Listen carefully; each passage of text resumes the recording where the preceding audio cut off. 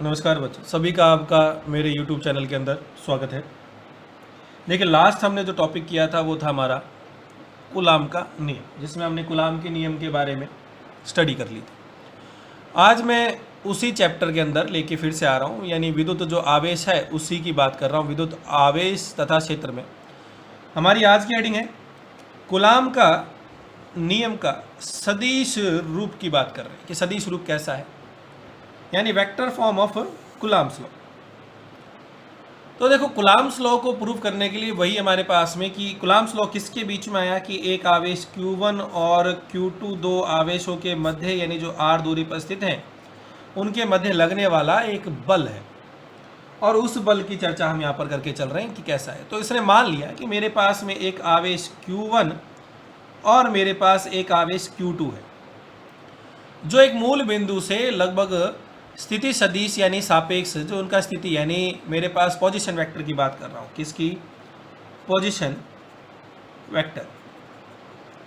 वो क्या है? एक r1 है और दूसरा मेरे पास क्या है? r2। ये उनके स्थिति सदिश मैंने यहाँ पर मान लिए, जैसे मैं यहाँ पे फिगर में भी दिखा रहा हूँ। तो देखो, यहाँ पर मैंने ये मूल बिंदु है और इस एक r1 दूरी पर मैंने मान लिया Q1 और एक वहीं r2 जो मेरे पास डिस्टेंस पोजीशन वेक्टर पर है कहीं पर, वो मेरे पास Q2 है। और हमने कहा कि ये दोनों समान प्रकृति के आवेश हैं, तो एक इससे क्या कर रहा है? प्रतिकर्षित लगते हुए इसको एक बल महसूस हो रहा है, जो मैंने कहा प्रथम पर द्वितीय के कारण F का 2-1, यानी F का 2-1 किसके कारण? Due to second. यही एक और बल यहाँ पर महसूस हो रहा है, वो है F का 2-1 किसके कारण? सेकंड पर फर्स्ट के कारण, और उनकी डायरेक्शन r21 एंड r का 1 का 2। अब मैंने सोचा कि इनके बीच में कितनी दूरी है विस्थापन जो मेरे पास है, तो एक त्रिभुज के नियम से मैंने निकाल लिया r का 2-1 बराबर में यानी r2 वेक्टर माइनस में r1 वेक्टर, ये हमने लिख रखा है। अब कूलाम के नियम से यानी निर्वात में या हवा में हमने एक माध्यम मान लिया, निर्वात की बात करते हुए चल रहा हूं मैं एक बार। तो हमने कहा कि Q2 और Q1 यानी Q2 पर किस पर? आवेश मेरे पास Q2 पर Q1 के कारण मेरे पास एक विद्युत बल निकालना है कि वो, और किससे? कूलाम के नियम से। तो वो बल कितना है? F का 2-1 1/4 pi epsilon not Q1 Q2 upon में R का 2-1 का स्क्वायर R21 कैप मेरे पास डायरेक्शन आ गया। ये डायरेक्शन है, दिशा को व्यक्त करता है r कैप। इसी को मैं ऐसे भी लिख सकता हूं, यहां पर R21 मेरे पास क्या था? वेक्टर फॉर्म में था ना, और हम मेरे पास एकांक सदिश रूप में क्या लिखते हैं कि a कैप बराबर में a वेक्टर और अपॉन में मेरे पास परिमाण। तो यहां पर परिमाण का मान लिखना हो तो क्या लिख सकता हूं? मैं लिख सकता हूं ना, मेरे पास परिमाण मैग्नीट्यूड की बात कर रहा हूं कि विद डायरेक्शन में, यानी क्या लिखना हो इसका, अगर मैग्नीट्यूड निकालना हो तो यहाँ पर मेरे पास इसका मैग्नीट्यूड रूप अगर लिखना हो तो मैंने उसको लिख दिया मोड के फॉर्म में, और ये मेरे पास मोड में कितना है? r2 वेक्टर माइनस में r1 वेक्टर का स्क्वायर। ये मैंने उसका मोड फॉर्म में, ये एक मेरे पास इक्वेशन आ गई एक, तो ये इसका ध्यान रखना है खासकर। और यही बात करें इसी में, अब मैं थोड़ा सा लिख के बताता हूँ आपको क्या है। तो हम यहाँ पर कहते हैं कि मेरे पास में जो ये R21 आया है कैप, ये सदिश R21 वेक्टर की दिशा में एकांक सदिश है। और साथ में क्या कहता है? इसी प्रकार अब कहता हूं कि अगर मेरे पास Q1 है, Q1 पर Q2 के कारण बल लग रहा है, तो वो बल कितना है? F का 1 का 2 वेक्टर बराबर में 1/4 पाई एप्सिलॉन नॉट, साथ में आ गया Q1 Q2 अपॉन में डिस्टेंस कितनी थी? अब मैंने कहा R12 से स्क्वायर का, साथ में R का 1-2 का कैप किस डायरेक्शन में लग रहा है? R12 की ओर लग रहा है। इसको दे दिया मैंने इक्वेशन नंबर, कोई भी आप सेकंड दे दीजिए, अगर उधर फर्स्ट दिया है तो इसको दे दीजिए आप, चाहे सेकंड दे दीजिए, नाम दे दीजिए आप, थर्ड दे दीजिए, क्योंकि इस सेकंड इक्वेशन हमारी पीछे वाली है। तो देखो यहाँ पर भी मेरे पास क्या है, r का 1 का 2 का कैप, ये भी मेरे पास एक सदिश r12 वेक्टर की दिशा में एकांक सदिश है। तो यहां से ये पाया गया कि अगर देखा जाए तो मैं एक बार थोड़ा सा डायग्राम बना के और दिखाता हूं आपको। ये डायग्राम बनाया, ये मेरे पास में r1 वेक्टर है और ये मेरे पास में r2 वेक्टर और ये इनके बीच की दूरी, ये मैंने कहा q1 और ये मेरे पास में q2। तो देखो पहला बल तो इसके कारण यहाँ लग रहा था, दूसरा यहाँ लग रहा था। तो जरा मुझे ये बताओ, त्रिभुज नियम में मैं दिशा बदल दूं तो क्या ये मान जो मेरे पास बीच में था, जिसको मैंने यहाँ पर r का 21 लिखा था, क्या ये अलग होगा? नहीं ना। तो मेरे पास r21 लिख दूं या फिर मेरे पास r का 1 का 2 लिख दूं, इन दोनों की वैल्यू तो बराबर आनी है। तो ये दोनों तो मेरे पास वैल्यू बराबर आएगी। लेकिन एकांक सदिश में क्या कहता है कि मेरे पास में ये जो वैल्यू है r का 1 का 2 कैप, ये मेरे पास r21 कैप के बिल्कुल विपरीत दिशा में मेरे पास इसकी वैल्यू आती है। क्योंकि Q1 के कारण अगर Q2 पे कुछ लग रहा है तो उसकी दिशा यहाँ है, और Q2 के कारण अगर Q1 पे कोई फोर्स लग रहा है यानी बल लग रहा है तो उसकी दिशा इधर है। दोनों के दोनों विपरीत दिशा में होते हैं और लेकिन बराबर होते हैं। ये नहीं कहा कि अलग अलग है, क्योंकि दोनों के दोनों आवेश बराबर है, विस्थापन दोनों का बराबर है, ये दूरी तो बदली नहीं। तो यही कारण है कि मैं इन दोनों इक्वेशन यानी मेरे पास f का 2-1 जो मेरे पास समीकरण थी 1/4 pi epsilon not Q1 Q2 upon में मेरे पास r का 2-1 का स्क्वायर r21 का कैप, ये मेरी जो सेकंड नंबर इक्वेशन थी। तो इक्वेशन सेकंड एंड मेरे पास थर्ड से हमने ये सिद्ध कर सकते हैं कि दोनों विपरीत दिशा में है। तो यहाँ पर क्या लिखता है, f का 2-1 माइनस का f का 1 का 2, ये दोनों के दोनों मेरे पास बल लगेंगे, लेकिन दोनों के दोनों बल क्या लगेंगे, विपरीत दिशा में लगेंगे, लेकिन बराबर बल लगेंगे अगर दोनों आवेश परस्पर लगने वाला जो बल है वो समान और विपरीत दिशा में कार्यरत होगा। दोनों बल समान है, ये दोनों के दोनों मैंने आवेश मान ली। अगर ये उल्टा कर दूंगा तो ये अंदर की तरफ लग जाएंगे। बल तो लगने, दोनों आवेश हैं, एक ऋणात्मक और एक धनात्मक, तो दोनों बल की दिशा तब भी विपरीत होगी। अगर किसी के मन में आया सर एक तो प्लस मान लो और एक नेगेटिव, तो देखो भाई प्लस क्यू लोगे एक माइनस क्यू लोगे तो दोनों के आकर्षण बल तो अंदर की ओर लग रहे हैं, तो दोनों के बल तो अभी भी विपरीत है ना। चाहे इसके कारण इस पे मान लो, चाहे इसके कारण इस पे मान लो, दोनों के दिशा तो मेरे पास विपरीत है, तो दोनों पे लगने वाला बल बराबर और विपरीत दिशा में लगता है। अब इसी में कूलाम तो हमने कर लिया, तो भाई कुछ इंपॉर्टेंट फैक्ट भी तो हैं कूलाम के, उस पर चर्चा करेंगे भाई। अब तो कूलाम के इंपॉर्टेंट मेरे पास फैक्टर क्या थे, उन पर चर्चा करते हैं। तो देखो पहला मेरे पास कहता है कि आवेश मेरे पास बिंदुवत एवं स्थिर होना चाहिए। ये कंडीशन है कि भाई कूलाम नियम सिर्फ और सिर्फ स्थिर आवेशों के लिए ही हम मान्य रख के चलते हैं। तो और कहता है सामान्यतः ये गोलीय आवेश के को प्रयुक्त करते हैं, गोलीय आवेश मानकर चलते हैं कि ये गोल रूप में है। तो ये नियम सिर्फ और सिर्फ स्थिर के लिए। अगर गतिशील आवेश हो, मान लेते हैं कि मेरे पास कोई गतिशील है,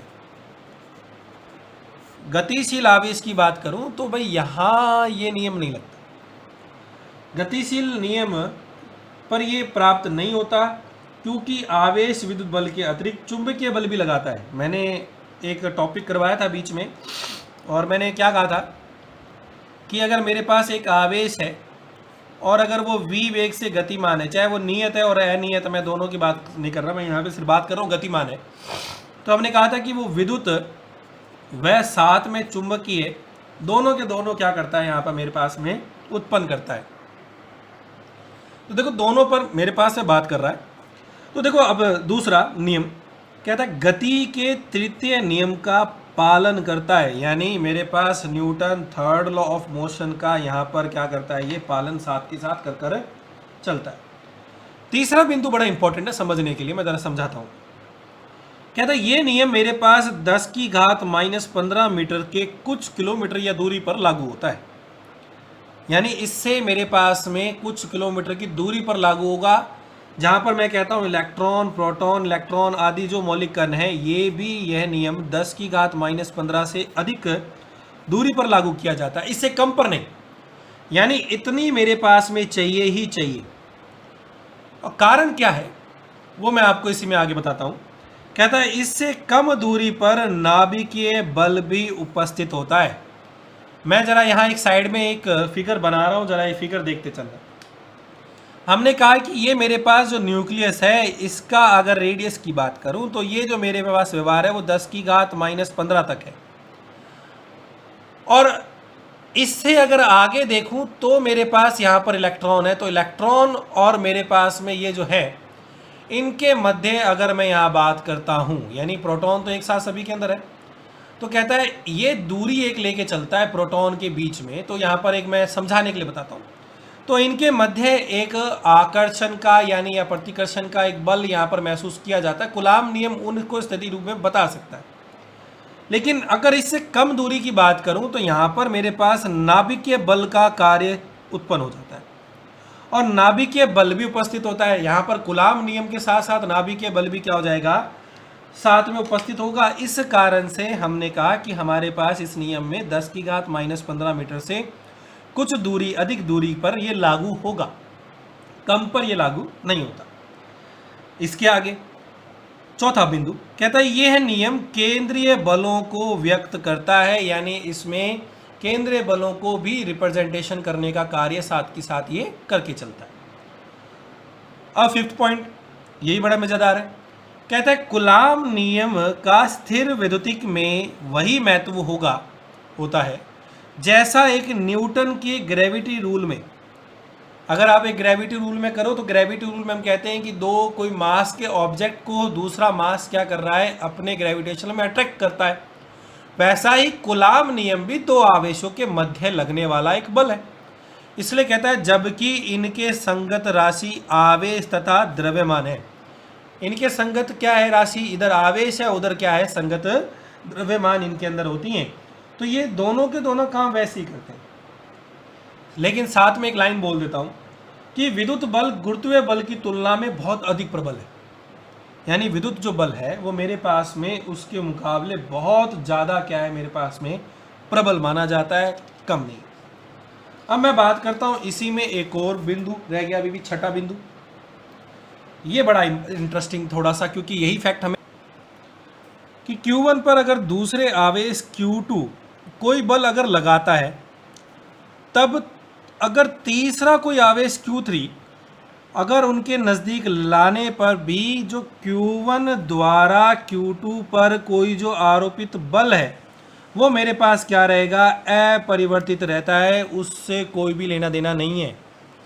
इसलिए कूलाम का नियम क्या है, दो आवेशों के मध्य लगने वाला बल, तो वो तीसरे आवेश के कारण परिवर्तित नहीं होता, यानी वो अपरिवर्तित मेरे पास में रहता है। अब आते हैं अपने नेक्स्ट हेडिंग पर। तो नेक्स्ट हेडिंग है मेरे पास परावैद्युतांक यानी डाइलेक्ट्रिक कांस्टेंट। हम यहाँ पर क्या क्या चलते हैं, तो डाइलेक्ट्रिक कांस्टेंट है क्या, तो हम बात करते हैं कि जब मेरे पास कोई भी हवा में या निर्वात में मेरे पास एक आवेश मान लिया Q1, दूसरा आवेश मान लिया Q2, हवा में r दूरी पर रखे गए, तो लगने वाला कूलाम बल कितना होगा, F बराबर में 1/4 pi epsilon not Q1 Q2 r²। और जैसा कि हमें बताया कि ये एप्सिलॉन क्या है, विद्युतशीलता। और विद्युतशीलता के बारे में मैंने बताया था कि जो उस पदार्थ में विद्युत क्षेत्र उत्पन्न किए जाने पर, अगर विद्युत क्षेत्र उत्पन्न किया जाए तो जाने पर उस पदार्थ द्वारा प्रदर्शित, यानी उस पदार्थ द्वारा प्रदर्शित विरोध का माप बताता है कि कितना विरोध किया, उसको बताने का काम कौन करता है, मेरे पास एप्सिलॉन। कहता है यदि अगर ये किसी माध्यम में रख दिया जाए, यानी अब मैं यहाँ पर बात कर रहा हूँ कोई माध्यम ले लिया, मैंने पहले तो निर्वात की बात की थी, ये निर्वात में था, अब माध्यम में ले लिया, इसलिए मैंने लिख दिया FM और उसको लिखा 1/4 pi epsilon Q1 Q2 r²। और जैसा हमें बताया कि एप्सिलॉन यानी माध्यम में हम वही परमिटिविटी, वही डेफिनेशन है, तो यहाँ पर ले लिया एप्सिलॉन r एप्सिलॉन नॉट लेकर चलते हैं, और ये अपसाइलन क्या है मेरे पास, अपसाइलन आर क्या कहता है कि किसी माध्यम की विद्युतशीलता बटे में मेरे पास निर्वात की विद्युतशीलता का अनुपात मेरे पास में अपसाइलन आर कहलाता है। और यही अपसाइलन आर ही मेरे पास क्या है, उसका एक कुचालक या पराविद्युतांक भी हम इसको कहकर चलते हैं। क्या कहते हैं, पराविद्युतांक। तो यहाँ से मैंने कहा कि बलों में कितना है, डाइलेक्ट्रिक कांस्टेंट निकालना हो तो माध्यम में कितना हो गया, 1/4 pi epsilon not epsilon r Q1 Q2 upon में आर स्क्वायर। तो समीकरण 1 को 2 से अगर भाग दे दे, डिवाइड कर दे जैसे दिखाया है, तो F अपॉन में FM बराबर है 1/4 pi epsilon not Q1 Q2 upon में r square, 1/4 pi epsilon not epsilon r Q1 Q2 upon में आर स्क्वायर। तो यहाँ से देखिए क्या क्या कैंसिल हो गया, ये Q1 Q2 r square 4 pi epsilon not epsilon अगर कैंसिल हो गया तो बचा क्या, ये अपसाइलन ऊपर जाते ही F अपॉन में FM बराबर में अपसाइलन R, और यही मेरे पास क्या कहलाता है, पराविद्युतांक मेरे पास में कहलाता है, डाइलेक्ट्रिक। और क्या डेफिनेशन बनी कि निर्वात में माध्यम में उपस्थित दो बिंदुओं के बीच, यानी निर्वात में दो बिंदु आवेशों के बीच में लगने वाला बल बटे में किसी माध्यम में लगने वाला बल, इनके अनुपात के बराबर मेरे पास में पराविद्युतांक होता है। और इसे कुचालक पदार्थ को कहते हैं। और ये क्या है, मेरे पास में कुचालक जो है पदार्थ, यानी इंसुलेटर की बात कर रहा हूँ, और इंसुलेटर में ही मेरे पास में गुण पाए जाते हैं जहाँ पर उसकी मापन हमें करनी है। तो ये था मेरे पास में पराविद्युतांक क्या है। ये बड़ा इंपॉर्टेंट है, जिसकी चर्चा हम आगे भी करेंगे, डिस्कस करते रहेंगे, क्योंकि ये मेरे पास बार बार आएगा, क्योंकि ये बड़ा इंपॉर्टेंट है, इस पर नोबेल प्राइज़ भी मिले थे। तो यहाँ तक का आज का टॉपिक था। किसी को कोई चीज़ समझ में नहीं आई, कमेंट बॉक्स के अंदर कमेंट कर देना। जो मुझे पर्सनली जानते हैं वो तो मुझे कांटेक्ट करके पूछ सकते हैं। और आप सभी मेरे यूट्यूब चैनल को लाइक कीजिए ताकि मैं आगे से आगे आपके लिए और वीडियो बनाता रहूँ। थैंक यू सो मच, धन्यवाद।